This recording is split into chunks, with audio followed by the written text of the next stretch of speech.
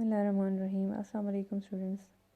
आज हम class 10th का फर्स्ट चैप्टर और चैप्टर नंबर 9 जो है केमिकल इक्विलिब्रियम वो शुरू करने जा रहे हैं, जिसमें आज का हमारा जो टॉपिक है वो है इंट्रोडक्शन।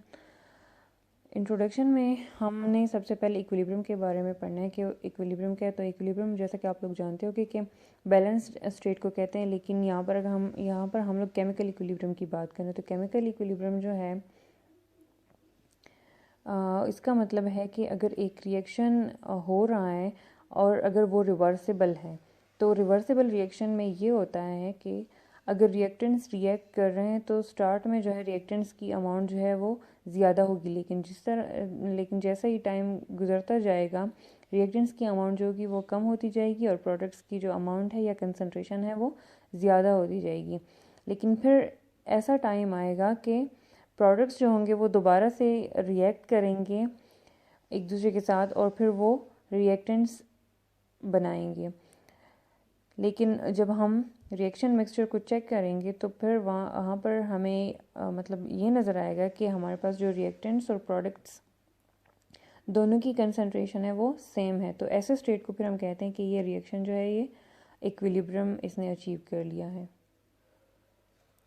मतलब ये है कि अगर रिवर्सिबल रिएक्शन है तो फिर उसमें ये होगा कि ए प्लस बी जब रिएक्ट करेंगी, ये हमने सपोज़ किया है कि अगर हमारे पास रिएक्टेंट्स ए प्लस बी रिएक्ट करेंगे तो फिर वो सी प्लस डी बनाएंगे प्रोडक्ट्स जिसको हम कहते हैं।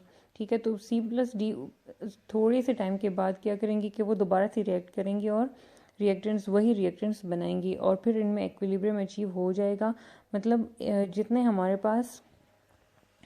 हमारे पास रिएक्टेंट्स होंगे उतने हमारे पास प्रोडक्ट्स भी होंगे और इन दोनों की जो कंसंट्रेशन होगी वो सेम होगी। और ऐसे स्टेट को फिर हम क्या कहते हैं कि ये रिएक्शन जो है ये इक्विलिब्रियम इसने अचीव कर लिया है। ठीक है, तो अभी हम लोग आते हैं टाइप्स ऑफ रिएक्शंस की तरफ। ठीक है, अभी यहाँ पर मैंने जिक्र किया कि रिवर्सिबल और इरिवर्सिबल रिएक्शंस। ठीक है, तो रिवर्सिबल यहाँ पर हम पहले बात करते हैं रिएक्शन की। रिएक्शन क्या चीज़ है? रिएक्शन एक ऐसा मतलब हर वो प्रोसेस है जहाँ पर केमिकल चेंज होता है। ठीक है, तो ऐसे प्रोसेस को हम क्या कहते हैं कि हमारे पास क्या है? रिएक्शन है। तो रिएक्शंस की फिर 2 टाइप्स होती हैं, रिवर्सिबल एंड इरिवर्सिबल रिएक्शन। ठीक है, और फिर रिएक्शन की मतलब 2 डायरेक्शंस में रिएक्शंस हो सकता है, फॉरवर्ड डायरेक्शन में भी हो सकता है और बैकवर्ड डायरेक्शन में भी हो सकता है। अगर रिएक्शन जो है वो इरिवर्सिबल है तो वो सिर्फ फॉरवर्ड डायरेक्शन में प्रोसीड करेगा, वो बैकवर्ड डायरेक्शन में प्रोसीड नहीं करेगी। लेकिन अगर रिएक्शन रिवर्सिबल है तो फिर वो बैकवर्ड डायरेक्शन में भी प्रोसीड करेगा। अब हम इरिवर्सिबल रिएक्शंस की कुछ एग्जांपल्स देखेंगे कि इरिवर्सिबल रिएक्शंस कौन कौन से होते हैं और मतलब कौन से रिएक्शंस को हम इरिवर्सिबल रिएक्शंस कह सकते हैं। आप देख सकते हैं यहाँ पे कि सोडियम जब रिएक्ट करता है वाटर के साथ तो सोडियम हाइड्रोक्साइड बनाता है और हाइड्रोजन गैस बनाता है। लेकिन फिर यहाँ पर मतलब जब यहाँ पर फॉरवर्ड रिएक्शन तो प्रोसीड हो जाता है, लेकिन फिर बैकवर्ड रिएक्शन की यहाँ पर सोडियम हाइड्रोक्साइड और वाटर और हाइड्रोजन गैस की इतनी टेंडेंसी नहीं होती कि ये वापस रिएक्ट करके वाटर और सोडियम बना सके। तो इस वजह से ऐसे रिएक्शन को हम क्या कहते हैं कि ये इरिवर्सिबल रिएक्शन है और इसको हम सिंगल एरो से रिप्रेजेंट करते हैं और ये यूनी डायरेक्शनल रिएक्शंस होते हैं। इस तरह से अगर हम देखें कि हाइड्रोजन और ऑक्सीजन जब रिएक्ट करते हैं तो वाटर बनाते हैं, लेकिन फिर वाटर वापस डिकम्पोज मतलब वाटर जो है, वाटर के जो मॉलिक्यूल्स वो वाटर, ऑक्सीजन और हाइड्रोजन में डिकम्पोज नहीं होते। तो ऐसे रिएक्शंस जो होते हैं इनको हम क्या कहते हैं कि ये इरिवर्सिबल रिएक्शंस है। और एक और एग्जांपल है जो कि आप लोगों की बुक में भी है, मैग्नीशियम जब रिएक्ट करता है एक्सेस ऑफ हाइड्रोक्लोरिक एसिड के साथ, तो जब सारा मैग्नीशियम यूज़ हो जाता है तो मैग्नीशियम क्लोराइड जब बन जाता है और मतलब सारा मैग्नीशियम यूज़ हो जाता है तो ये रिएक्शन स्टॉप हो जाता है और इसमें इतनी टेंडेंसी नहीं होती कि ये रिकम्बाइन होके हाइड्रोक्लोरिक एसिड और मैग्नीशियम बना सके। ठीक है, तो such type of reactions are called irreversible reactions और ये यूनी डायरेक्शनल होते हैं और हम इनको सिंगल एरो से रिप्रेजेंट करते हैं। अगर हम देखें रिवर्सिबल रिएक्शन की एक एग्जांपल, तो यहाँ पर देखिए कि हाइड्रोजन जब रिएक्ट करता है नाइट्रोजन से, 3 मॉलिक्यूल्स ऑफ हाइड्रोजन जब रिएक्ट करता है नाइट्रोजन के साथ तो हमारे पास क्या बनता है? अमोनिया। अमोनिया जब डिकम्पोज होता है तो वो फिर नाइट्रोजन और हाइड्रोजन में फिर से कन्वर्ट हो जाता है। ठीक है, लेकिन इसमें फिर क्या कहते हैं मतलब जब हम इसमें अगर रिएक्शन मिक्सचर हम लोग चेक करें तो इसमें नाइट्रोजन, हाइड्रोजन और अमोनिया तीनों की जो कंसंट्रेशन होगी वो सेम होगी, क्योंकि ये रिएक्शन जो है ये रिवर्सिबल है और रिवर्सिबल रिएक्शन है। और यहाँ पर हम कह सकते हैं कि रिवर्सिबल रिएक्शंस जो है वो 2 डायरेक्शनल होते हैं, मीन कि ये फॉरवर्ड रिएक्शन में भी प्रोसीड करते हैं और बैकवर्ड रिएक्शन में भी प्रोसीड करते हैं। तो such reactions are called reversible reactions. अब हम आप लोगों की बुक की तरफ आते हैं। बुक में जो आप लोगों के मतलब चैप्टर में जो इंट्रोडक्शन दिया हुआ है इसको हम रीड करेंगे, ठीक है। तो चैप्टर जो है वो है केमिकल इक्विलिब्रियम, यूनिट नंबर 9 है, ठीक है। और चैप्टर का इंट्रोडक्शन शुरू करने से पहले आप लोगों ने ये लर्निंग आउटकम्स ज़रूर रीड आउट करनी है, ठीक है, ताकि आप लोगों के जहन में हो कि चैप्टर ख़त्म करने के बाद आप लोगों के कौन कौन से कंसेप्ट क्लियर हो जाएंगे। अब हम आते हैं इंट्रोडक्शन की तरफ। तो इंट्रोडक्शन की तरफ आप लोग देखें बुक में, when liquid water is placed in a closed container at constant temperature, a part of liquid evaporates. जब लिक्विड वाटर को आप लोग प्लेस करते हो क्लोज कंटेनर में और आप लोग कांस्टेंट टेम्परेचर उसको देते हो, तो पार्ट ऑफ लिक्विड जो होता है वो एवापोरेट हो जाता है। As water begins to evaporate at the same time some of the vapours also begins to condense. जैसे जैसे ये वाटर जो होता है ये एवापोरेट होता है, तो उसी टाइम पे कुछ वेपर्स जो होते हैं वो दोबारा से कंडेंस होना शुरू हो जाते हैं, ठीक है। Although the rate of evaporation is more than the rate of condensation in the start. अगरचे जो एवापोरेशन का जो रेट है वो कंडेंसेशन के रेट से ज़्यादा है स्टार्ट में, लेकिन जैसे जैसे टाइम गुजरता जाएगा it becomes equal to the rate of condensation.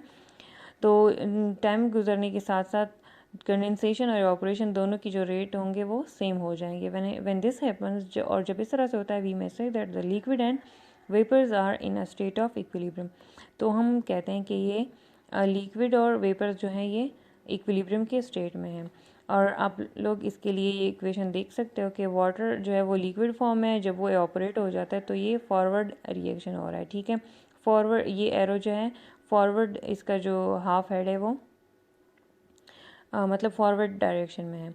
और फिर जब ये वेपर्स में कन्वर्ट हो जाता है तो ये बैकवर्ड डायरेक्शन में फिर दोबारा से वाटर में कन्वर्ट हो जाता है, लिक्विड में। तो कंडेंसेशन जब इसकी हो जाती है, ठीक है। The double arrow shows that at equilibrium state both the forward and reverse processes are occurring at the same rate. Double arrows से हमें ये पता चलता है कि इक्विलिब्रियम स्टेट पर जो फॉरवर्ड और रिवर्स प्रोसेस होती हैं वो सेम रेट पर हो रही हैं। Due to equilibrium the concentration of water and vapours becomes constant and does not change with time. Equilibrium की वजह से जो वाटर और वेपर्स की जो कंसंट्रेशन होती है वो कांस्टेंट होती है, मीन उसमें चेंज नहीं होता, दोनों की कंसंट्रेशन सेम होती है और चेंज उनमें नहीं आता टाइम के साथ, जब तक आप लोग उसके लिए जो टेम्परेचर होगा वो कांस्टेंट रखेंगे। If the conditions of the reactions are changed, अगर आप लोग रिएक्शन के लिए जो कंडीशंस होंगे वो चेंज करोगे, a change in the system में भी ऑब्जर्व। तो सिस्टम में जो मतलब चेंज होगा वो आप ऑब्जर्व करोगे। Many reactions proceed to a certain extent and then apparently stop. कई रिएक्शंस होते हैं जो कि प्रोसीड करते हैं कुछ एक्सटेंट तक, लेकिन फिर वो स्टॉप हो जाता है। The reactions are not completely the reactants are not completely consumed. In ऐसे रिएक्शंस में जो रिएक्टेंट्स होते हैं वो पूरी तरह से कंज्यूम नहीं होते। Instead we obtain an equilibrium mixture containing both the reactants and products. और इसके बजाय फिर हमारे पास एक इक्विलिब्रियम मिक्सचर ऑब्टेन होता है जिसमें रिएक्टेंट्स और प्रोडक्ट्स की जो कंसंट्रेशन होती है या अमाउंट होती है वो सेम होती है। When a reaction reaches this stage, it is said to have attained equilibrium. जब रिएक्शन इस स्टेज पर पहुंचता है तो हम कहते हैं कि इस रिएक्शन ने जो इक्विलिब्रियम जो है वो अटेन कर लिया है, ठीक है। तो in this unit you will learn how and why a chemical system attains equilibrium. इस यूनिट में मतलब आप लोग ये पढ़ोगे कि कैसे और किस तरह कि क्यों और किस तरह से सिस्टम जो है वो इक्विलिब्रियम अटेन करता है, और कैरेक्टरिस्टिक ऑफ इक्विलिब्रियम आप लोग पढ़ोगे। What happens to a system at equilibrium when a change is imposed on the system. जब आप किसी सिस्टम पर जो कि इक्विलिब्रियम में होता है उस पर आप चेंज इम्पोज करते हो, उसमें कोई चेंज लाते हो, तो उस सिस्टम के साथ फिर क्या होता है। In particular we will discuss how to calculate the concentrations of the reactants and products present for a given system at equilibrium. और ख़ास तौर पर हम लोग जो है वो डिस्कस करेंगे कि किस तरह से हम प्रोडक्ट्स और रिएक्शंस की कंसंट्रेशन को कैलकुलेट कर सकते हैं जब एक सिस्टम इक्विलिब्रियम में होता है। ठीक है, तो आज के लिए आप लोगों का ये इंट्रोडक्शन जो है ये काफ़ी है। ठीक है, और अभी आप लोगों ने क्या करना है कि ये रियल वर्ल्ड रीडिंग लिंक आपने इसको रीड करना है। ठीक है, ये आप लोगों का होमवर्क हो गया और उम्मीद है आप लोगों को समझ आ गई होगी, और जिस जगह पे आप लोगों को समझ नहीं आई तो आप लोग मुझसे पूछ सकते हो।